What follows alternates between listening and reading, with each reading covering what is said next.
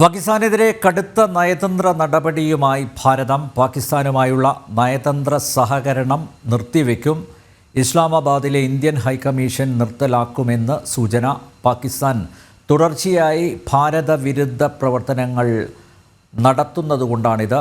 ഭീകരതയും ശത്രുതയും പാകിസ്ഥാൻ പ്രോത്സാഹിപ്പിക്കുന്നുവെന്ന് ഭാരതം. സിന്ധു നദീജല കരാർ റദ്ദാക്കാനും നീക്കമുണ്ട്. വിവരങ്ങളുമായി ഐസൻ ജോസ് ചേരുന്നു ന്യൂസ് ഡെസ്കിൽ നിന്ന്. ഐസൻ, ഇത് ഒരു പ്രധാനപ്പെട്ട നിർണായകമായിട്ടുള്ള ഒരു സമയമാണ്. ഭാരതത്തെ സംബന്ധിച്ചിടത്തോളം പാകിസ്ഥാൻ പല കോണുകളിൽ നിന്നും ആക്രമണങ്ങൾ അഴിച്ചുവിട്ടിട്ടുണ്ട്. പക്ഷേ കഴിഞ്ഞ ദിവസം പഹൽഗാമിൽ 26 പേരെ കൂട്ടക്കൊല ചെയ്തത് അത് ഒരു കാരണവശാലും വെച്ചു പൊറുപ്പിക്കാനാവില്ല. അതുകൊണ്ട് തന്നെ നടപടികൾ കടുപ്പിക്കാനല്ലേ ഭാരതം തീരുമാനിച്ചിരിക്കുന്നത്? അതിൻ്റെ ഭാഗമായിട്ട് തന്നെയല്ലേ നയതന്ത്ര സഹകരണം നിർത്തിവെക്കാനും ഇസ്ലാമാബാദിലെ ഇന്ത്യൻ ഹൈക്കമ്മീഷൻ നിർത്തലാക്കാനും ഒക്കെ ഭാരതം ഒരുങ്ങുന്നത്? വിശദാംശങ്ങൾ ഐസൻ. തീർച്ചയായും അനിൽ നമ്പ്യാർ, അത്തരത്തിലൊരു നീക്കം തന്നെയാണ്. അതായത് നയതന്ത്ര തരത്തിലുള്ള ബന്ധം നിർത്തിവെക്കുന്നതിനെ അല്ലെങ്കിൽ സസ്പെൻഡ് ചെയ്യുന്നതിനോ പൂർണ്ണമായും നിർത്തിവെക്കുന്നതിനോ ഏത് രീതിയിലാണ് എന്ന് ഇനി അറിയേണ്ടതുള്ളൂ. അത് അത്തരത്തിലുള്ള ബന്ധം നിർത്തിവെക്കുന്നതിനുള്ളൊരു നീക്കമാണ് നടക്കുന്നത് എന്നാണ് അറിയാൻ സാധിക്കുന്നത്. ഇസ്ലാമാബാദിലെ ഇന്ത്യൻ ഹൈക്കമ്മീഷൻ വളരെ കൃത്യമായി ഈ കാര്യത്തിൽ ഒരു പ്രസ്താവനയും പുറപ്പെടുവിച്ച് കഴിഞ്ഞു എന്നുള്ളതും ഏറെ ഗൗരവത്തോടെ നമ്മൾ നോക്കേണ്ട ഒരു കാര്യമാണ്. ഈ പ്രസ്താവനയിൽ പറയുന്നത് പാകിസ്ഥാനുമായുള്ള ബന്ധം അതിർത്തി തൊട്ടടുത്തുള്ളവർ, അതായത് അയൽക്കാർ ഒന്നാമത് എന്നൊരു ആശയം അല്ലെങ്കിൽ ഒരു തീമാണ് ഭാരതത്തിൻ്റെ നയതന്ത്ര ബന്ധത്തിൽ ഏറെ പ്രാധാന്യത്തോടെ നോക്കുന്നത്. അതായത് തൊട്ടടുത്ത രാജ്യങ്ങളോട് കൂടുതൽ അടുപ്പം പുലർത്തുക, അവരുമായി സഹകരിക്കുകയും അവർ പരസ്പരം സഹായിക്കുകയും ചെയ്തുകൊണ്ട് മുന്നേറുക എന്നൊരു ധാരണയാണ് ഇന്ത്യയുടെ നയത്തിൻ്റെ ഒരു പ്രധാന ഘടകം. അത്തരത്തിലൊരു നയതന്ത്ര നയത്തിൻ്റെ പ്രധാന ഘടകം എന്ന നിലയിൽ പാകിസ്ഥാനുമായി മികച്ച സഹകരണമാണ് നാളിതുവരെ ഭാരതം നടത്തിക്കൊണ്ടിരുന്നത്. നമുക്കറിയാവുന്നതാണ്, പാകിസ്ഥാൻ ഹൈക്കമ്മീഷൻ പുറപ്പെടുവിച്ച രേഖയിൽ തന്നെ കൃത്യമായി പറയുന്നത് ഒരു വെറുപ്പിൻ്റെയും വിദ്വേഷത്തിൻ്റെയും അതുപോലെ തന്നെ ഭീകരതയുടെയും ഒരു അന്തരീക്ഷത്തിൽ പോലും മികച്ച സൗഹൃദം ഇരു രാജ്യങ്ങളും തമ്മിൽ നിലനിർത്തുന്നതിന് വേണ്ടി ആവുന്നത്ര ഭാരതം ശ്രമിക്കുകയും ചെയ്തിട്ടുണ്ട്. എങ്കിലും ഭാരതത്തിൻ്റെ ആഭ്യന്തര സുരക്ഷയെ ബാധിക്കുന്ന വിഷയങ്ങൾ നമുക്കിപ്പോൾ അറിയാവുന്നതാണ്. പഹൽഗാമിൽ ഭാരതത്തിൻ്റെ അതിർത്തിയിലെത്തി ആക്രമണം നടത്തുന്നതിനെ കുറേ പേരെ സജ്ജരാക്കി പറഞ്ഞു വിടുക, അതിന് പിന്നിൽ ISIയുടെ അതായത് ഇന്റർ സർവീസസ് ഇൻ്റലിജൻസിൻ്റെ നേരിട്ടുള്ള ബന്ധമുണ്ടാവുക എന്ന ഒരു സാഹചര്യമാണ് ഇപ്പോൾ നിലനിൽക്കുന്നത്. ഈ ഭീകരാക്രമണത്തിന് പിന്നിൽ നടന്നത് ഇത്രയും പേരുടെ മരണത്തിനിടയാക്കിയ 30 താഴെയുള്ള അത്രയും ജനങ്ങളുടെ മരണത്തിനിടയാക്കിയ ഭാരതീയരുടെ മരണത്തിനിടയാക്കിയ ഈ ആക്രമണത്തിന് പിന്നിൽ പ്രവർത്തിച്ചത് ഇന്റർ സർവീസസ് ഇൻ്റലിജൻസ് ആണെന്ന കൃത്യമായ സൂചനകൾ ഭാരതത്തിൻ്റെ രഹസ്യാന്വേഷണ ഏജൻസികൾക്ക് ലഭിക്കുകയും ചെയ്തതിൻ്റെ പശ്ചാത്തലത്തിലാണ് ഈ ലാഹോർ ഡിക്ലറേഷൻ, അതായത് ലാഹോറിലുണ്ടായിരുന്ന ഒരു പ്രഖ്യാപനവും അതുപോലെ തന്നെ സിംല കരാറിൻ്റെയും എല്ലാം അടിസ്ഥാനത്തിൽ ആഭ്യന്തര സുരക്ഷയെ ബാധിക്കുന്ന വിഷയങ്ങളിൽ കടുത്ത നിലപാടുകൾ സ്വീകരിക്കാനുള്ള തയ്യാറെടുപ്പ് തന്നെയാണ് ഭാരതം നടത്തുക. അതിന് അംഗീകാരം ഈ രണ്ട് ധാരണകളും നൽകുന്നുണ്ട്. സിംല കരാറും അതുപോലെ തന്നെ ലാഹോർ ഡിക്ലറേഷനും നൽകുന്നുണ്ട് എന്ന് വളരെ കൃത്യമായി ഹൈക്കമ്മീഷൻ പറയുന്ന പ്രസ്താവനയിലുണ്ട്. ആ പ്രസ്താവനയുടെ അടിസ്ഥാനത്തിൽ പിന്നീട് വായിക്കുമ്പോഴാണ് കൂടുതൽ വിവരങ്ങൾ കൃത്യമായി പരാമർശിക്കുന്നത്. ഭാരതവുമായുള്ള വാണിജ്യ രംഗത്തും പേഴ്സൺ ടു പേഴ്സൺ റിലേഷൻ്റെ രംഗങ്ങളിലുമെല്ലാം തന്നെയുള്ള വിശാലമായ നയതന്ത്ര ബന്ധം ഭാരതം പാകിസ്ഥാനുമായി തുടരുന്നൊരു സാഹചര്യമുണ്ട്. ഈ തുടരുന്ന നയതന്ത്ര ബന്ധം നിർത്തിവെക്കുന്നതിനും ഹൈക്കമ്മീഷനെ തിരിച്ചു വിളിക്കുക, അതുപോലെ തന്നെ പ്രതിരോധ സംവിധാനങ്ങളുടെ ഭാഗമാകുന്ന ഡിഫൻസ് അറ്റാഷകളെയൊക്കെ തിരിച്ചു വിളിക്കുക, അത്തരത്തിലുള്ള കൃത്യമായൊരു നീക്കമാണ് ഭാരതത്തിൻ്റെ ഭാഗത്തു നിന്നുണ്ടാകുന്നത് എന്നാണ് മനസ്സിലാക്കാൻ സാധിക്കുന്നത്.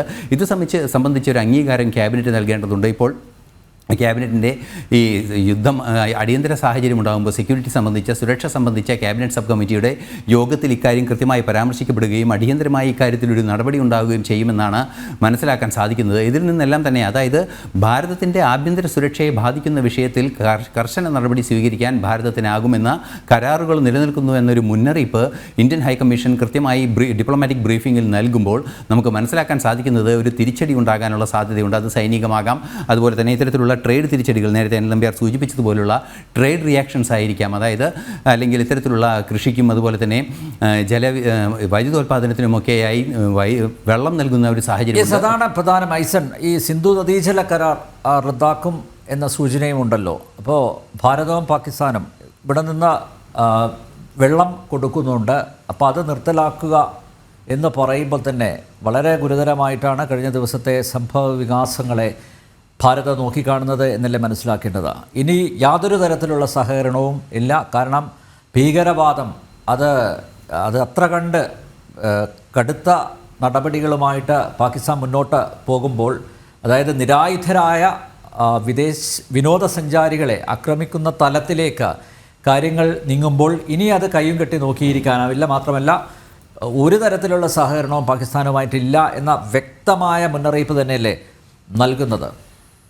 തീർച്ചയായും വ്യക്തമായൊരു മുന്നറിയിപ്പ്. അത് നമുക്കറിയാവുന്നതാണ്. പാകിസ്ഥാൻ്റെ ജലവൈദ്യുത പദ്ധതികൾ, 2 പ്രധാനപ്പെട്ട ജലവൈദ്യുത പദ്ധതികൾ സിന്ധു നദിയിലെ ആ വെള്ളം ഉപയോഗിച്ച് നടത്താനുള്ള ഒരു പദ്ധതിയുമായി നീങ്ങുന്ന ഒരു സാഹചര്യമുണ്ട്. അല്ലെങ്കിൽ അതിൻ്റെ വൈദ്യുതോൽപാദനം നടത്തുന്നതിനും സ്വാഭാവികമായും വൈദ്യുതോൽപാദനത്തിന് ശേഷം കൃഷിക്ക് ഉപയോഗിക്കുന്നതിനും എല്ലാം തന്നെയുള്ള വലിയ തോതിലുള്ളൊരു നാച്ചുറൽ റിസോഴ്സായി ഭാരതത്തിൽ നിന്നുള്ള വെള്ളം, ഭാരതത്തിൽ നിന്ന് ഏറ്റവും കൂടുതൽ പാകിസ്ഥാനിലേക്ക് പോകുന്ന നാച്ചുറൽ റിസോഴ്സസിൽ സുപ്രധാനമാണ് വെള്ളം എന്നത്. അതുകൊണ്ട് തന്നെ വെള്ളം വിതരണം ചെയ്യുന്നത് അല്ലെങ്കിൽ പാകിസ്ഥാനെ ജലം നൽകുന്നത് റെഗുലേറ്റ് ചെയ്യണമെന്നൊരു നിലപാട് വളരെ കൃത്യമായി തന്നെ നയതന്ത്ര വിദഗ്ധരെല്ലാം തന്നെ നേരത്തെ സൂചിപ്പിക്കുകയും ചെയ്തിരുന്നു. അത്തരത്തിൽ റെഗുലേറ്റ് ചെയ്യുന്നത് അല്ലെങ്കിൽ നിർത്തിവെക്കണം എന്ന നിർദ്ദേശം വരുന്നതിനും ഇതുവരെ ഉണ്ടായിട്ടില്ല എങ്കിൽ കൂടി നിയന്ത്രിക്കണം എന്നൊരു നിർദ്ദേശം വളരെ കൃത്യമായി പല നയതന്ത്ര വിദഗ്ധരും ചൂണ്ടിക്കാട്ടിയിട്ടുണ്ട്. അതായത് പാകിസ്ഥാനിൽ തന്നെ പ്രവർത്തിച്ച നയതന്ത്ര ഉദ്യോഗസ്ഥർ ഉൾപ്പെടെയുള്ളവർ ഇക്കാര്യം വളരെ കൃത്യമായി പറയുകയും ചെയ്തിട്ടുണ്ട്. ആ ഒരു നീക്കത്തിലേക്ക് കടക്കുന്ന ഒരു സാഹചര്യത്തിലേക്ക് പോകുമ്പോൾ സ്വാഭാവികമായും അവിടെ വൈദ്യുതോൽപാദനത്തിന് അത് ബാധിക്കും, കൃഷിയെ ബാധിക്കുന്നു, അതുപോലെ തന്നെ കുടിവെള്ളത്തെ പോലും ബാധിക്കുന്ന സാഹചര്യം പോലും ഉണ്ടാകാനുള്ള ഒരു പശ്ചാത്തലം അവിടെയുണ്ട്.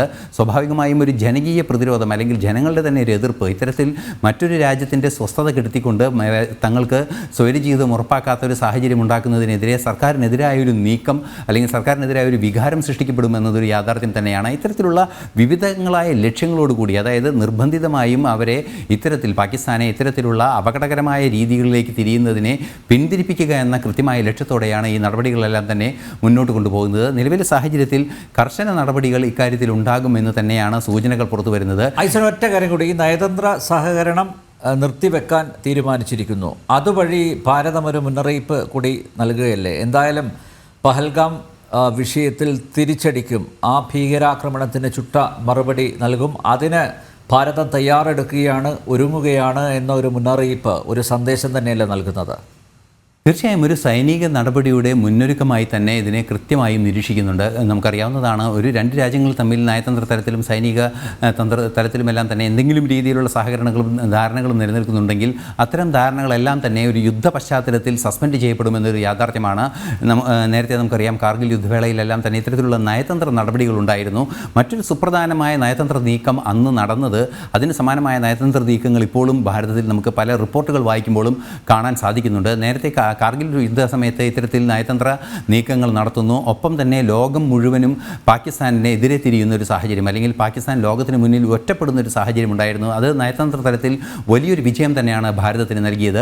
സമാന രീതിയിലുള്ള ഒരു പ്രതികരണങ്ങളാണ് ഡൊണാൾഡ് ട്രംപിൻ്റെ ഭാഗത്തു നിന്നായാലും റഷ്യൻ പ്രസിഡന്റിൻ്റെ ഭാഗത്തു നിന്നായാലും അതുപോലെ തന്നെ ലോക നേതാക്കളുടെ എല്ലാം ഭാഗത്തു നിന്ന് ഈ സംഭവം ഉണ്ടായത്, പെഹൽഗാം ഉണ്ടായതിന് ശേഷമുള്ള മറുപടികളിലെല്ലാം തന്നെ ഉണ്ടാകുന്നത്. കർശനമായ നിലപാട് തീവ്രവാദത്തിനെതിരെ എടുക്കുന്ന ഒരു സ്വഭാവം അല്ലെങ്കിൽ ആ ഒരു ശൈലി ലോക നേതാക്കളെല്ലാം തന്നെ മുന്നോട്ട് വയ്ക്കുന്നുണ്ട്. അതുകൊണ്ട് തന്നെ കടുത്ത നടപടികൾ ഉണ്ടാകുമെന്ന സൂചന തന്നെയാണ് പുറത്തു വരുന്നത് എന്ന കാര്യത്തിലും തർക്കമില്ല. അനിൽ നമ്പ്യാർ.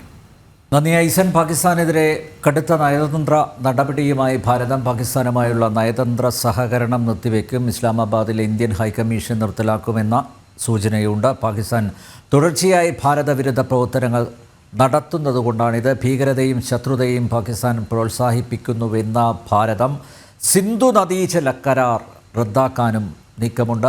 ഐസൻ ജോസാണ് ന്യൂസ് ഡെസ്കിൽ നിന്ന് കൃത്യമായ വിവരങ്ങൾ നൽകിയത്.